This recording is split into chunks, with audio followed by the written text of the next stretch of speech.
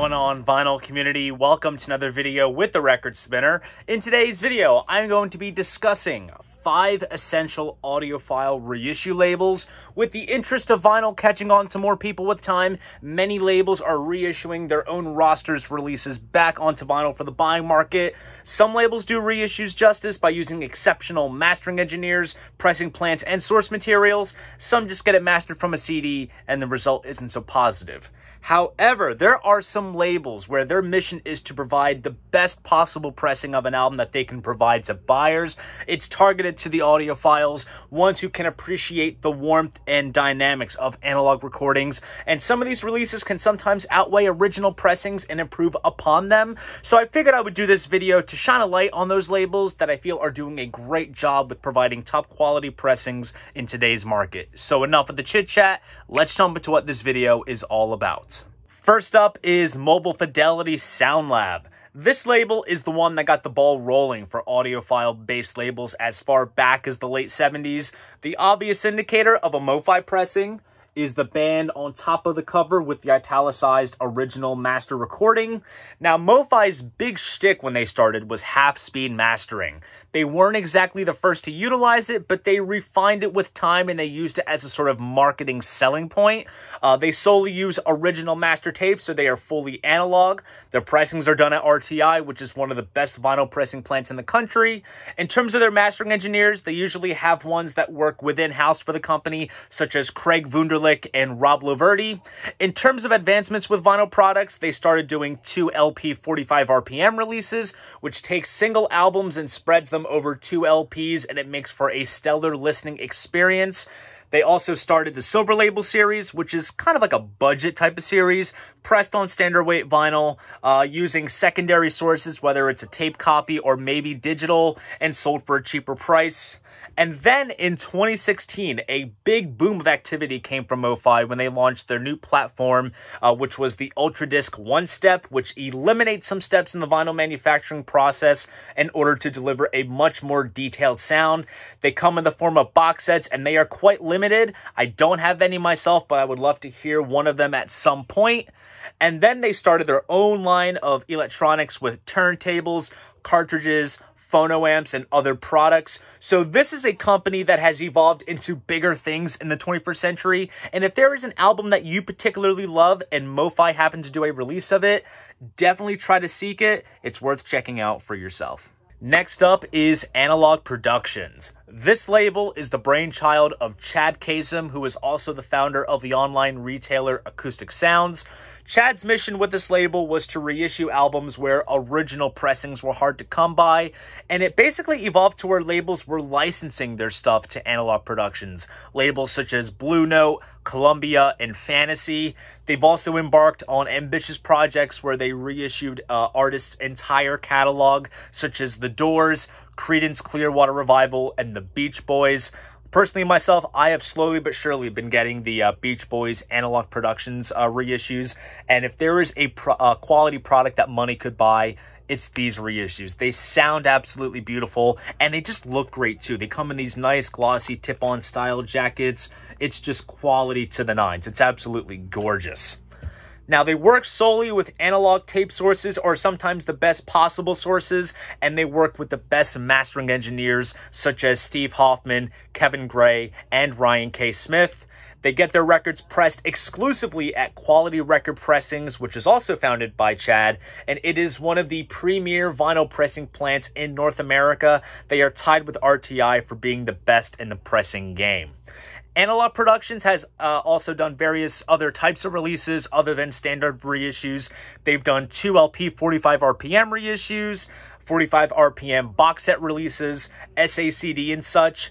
Their biggest notable product that they offer, which is actually owned by MoFi, but then Analog Productions bought it out, was the ultra high quality record, otherwise known as UHQR. So far, they have done Jimi Hendrix, Axis Bold as Love, and it was pressed on Clarity vinyl, which I will get into in a minute. Word on the street is Jethro Tull's Aqualung is the next release they are doing for their UHQR series, and I may have to check it out for myself. I think this label is doing the audiophile world some serious justice by consistently providing top quality releases that outdo original pressings, giving people who are all about the sound of analog bang for their buck, and perhaps being the quintessential audiophile label.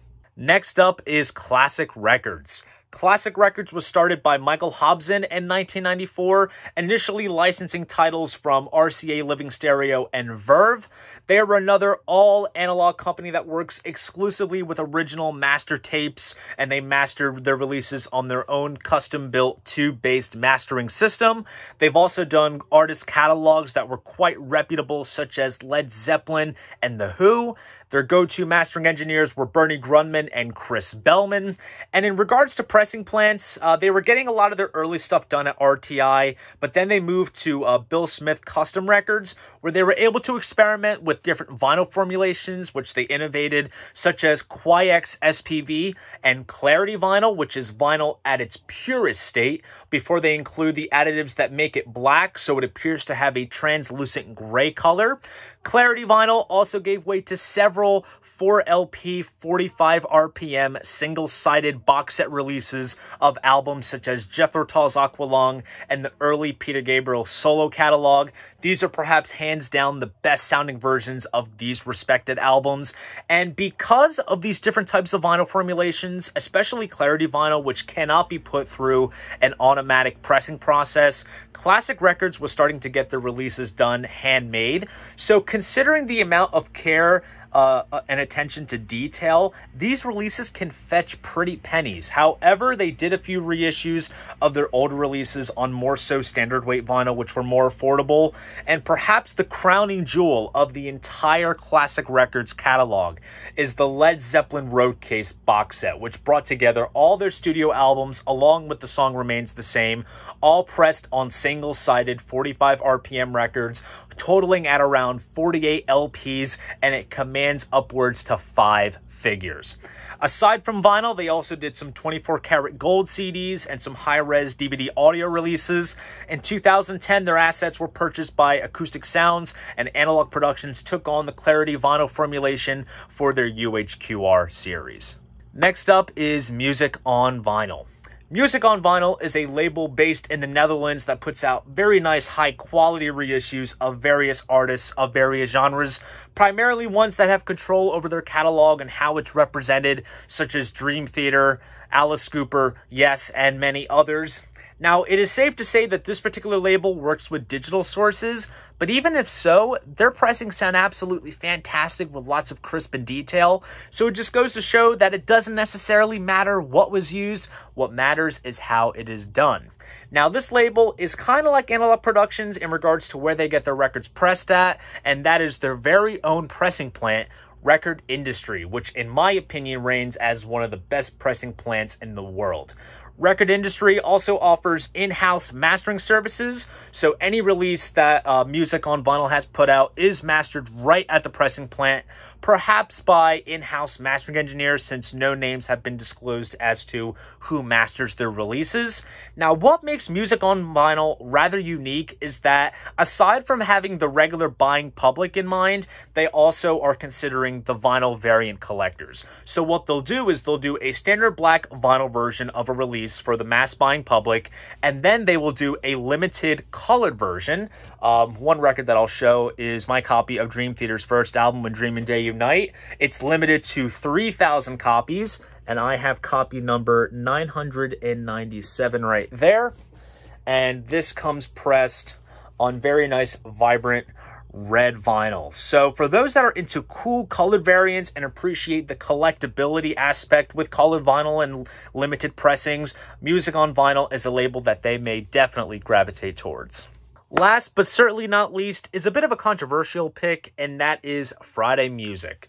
Now, Friday Music was founded by record promoter Joe Ragoso and is home to a lot of reissues of classic and progressive rock bands such as Yes, Boston, Kansas, The Monkees, and many others.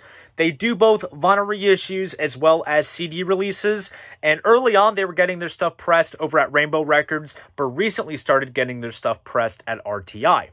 Now, the mastering credits are up for heavy debate because for almost every Friday Music release that you see, you will see Joe Ragoso's name in the mastering credits. Now, this leads people to believe that he did the vinyl mastering, which isn't entirely true, which then leads into if this label is analog or digital based. I think down to what is listed on the mastering credits on the sleeves, as well as what is factual in the dead wax, is that Joe will take whatever the label that's licensing titles for Friday Music offers, whether it's master tapes or digital files. Joe will EQ them from vinyl digitally, and then he'll send those files off to the mastering engineers for the lacquers to be cut. Now, if you know your dead wax well, you can see markings that indicate who did the mastering, and Friday Music has used mastering engineers such as Ron McMaster, Kevin Gray, and Ian Sefcik for their releases. Now, some people may question how some Friday Music pressings sound, so the consistency factor isn't there, and it's not a reflection of the mastering engineers use. It's just down to the source and how well it was prepared for vinyl mastering. But when Friday Music delivers quality product, you best believe they do deliver. The copies that I have in my collection of Kansas Left Overture and the first Boston record, all put out by Friday Music, are some of the most beautiful sounding pressings in my vinyl collection. Both of these coincidentally done by Kevin Gray. So if anything, seek out whatever Kevin has done for Friday Music, because it sounds absolutely fantastic. Friday Music also briefly broke into the extreme audiophile world when they did a 45 RPM box set of the Yes album. And once they started getting their pressings done at RTI, they also started to offer multiple colored variants, so the variant collectors can have a piece of the pie as well. One example from my collection is Kansas Point of No Return. This got a black vinyl release in 2010 by Friday Music, but they re-released it a couple years back, and they pressed it on gold vinyl with green, which is absolutely cool. This is one of the coolest looking pieces of colored vinyl in my collection. Now, the one thing that I would say is negative about Friday Music is the price of their pressings. Now, granted, other labels like the ones I mentioned earlier charge primo prices, but that's understandably so because they are doing all analog mastering, nice quality jackets, inner sleeves, stiffeners, the whole 9 yards. While Friday Music is getting their stuff pressed at one of the best pressing plants in the country and using the finest engineers, considering how the product isn't consistent, it's not worth a $30+ price tag. Maybe $20, but anything beyond that is a bit extreme. That's why I usually try to find deals on Discogs for their stuff, or if I know it's going to be an amazing sounding pressing off of reviews that I've read, I will fork over the full-on price tag. So research is key when it comes to buying from this label, but when you get an amazing sounding Friday Music pressing, it truly is worth it. So there you guys go. Those are 5 essential audiophile reissue labels. What labels are you guys fans of? Is there anything that I missed? Please shoot me a comment down below. I'd love to know. If you enjoyed this video, please go ahead, give it a like, and subscribe to the channel. And if you want to support this channel, be sure to check me out on Patreon. See you guys in the next video, and most importantly, keep the records spinning.